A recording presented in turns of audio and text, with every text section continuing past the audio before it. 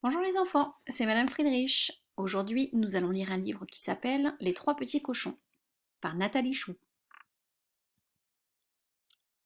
Il était une fois trois petits cochons roses et ronds.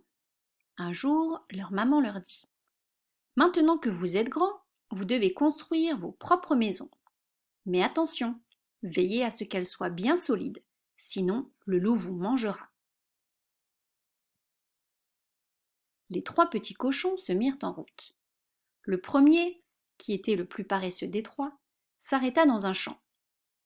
Je vais construire ma maison ici, avec le foin de ces meules, annonça-t-il à ses frères. Le deuxième, qui était moins courageux que son aîné, s'arrêta dans les bois et déclara: Je vais construire la mienne ici, avec les branches de ces arbres. Le troisième petit cochon continua son chemin jusqu'à un pré ensoleillé. Des ouvriers y avaient abandonné un gros tas de briques, de l'ardoise et du mortier. Cela me suffira pour m'installer, décida-t-il enchanté. Il se mit au travail en sifflotant, et lorsqu'il termina, sa maison se dressait, bien solide, ornée d'une belle cheminée.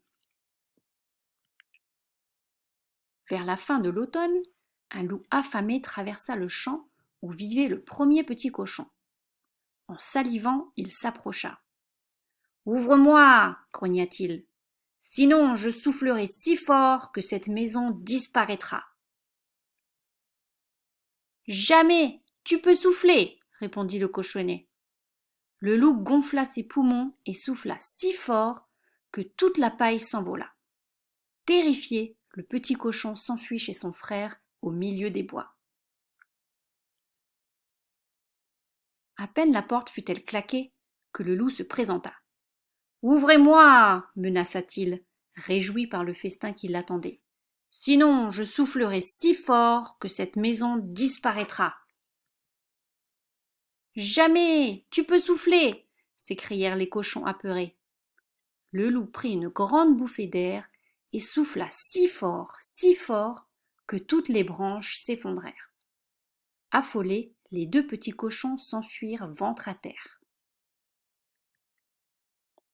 Hors d'haleine, ils arrivèrent dans le pré et appelèrent leur frère qui était en train de se préparer une bonne soupe parfumée. Ouvre-nous! Le loup va nous dévorer! Rapidement, le troisième petit cochon les fit entrer. N'ayez crainte, les rassura-t-il. Ici, vous êtes en sécurité. À cet instant, une patte noire et griffue gratta violemment la porte. Ouvrez-moi, trépigna le loup dépité. Sinon, je soufflerai si fort que cette maison disparaîtra. Jamais, tu peux souffler, dit fièrement le troisième petit cochon, les bras croisés. Le loup avala tant d'air qu'il crut éclater. Puis il se mit à souffler de plus en plus fort, mais rien à faire. La maison de briques ne voulait pas s'écrouler. Alors, il remarqua la cheminée.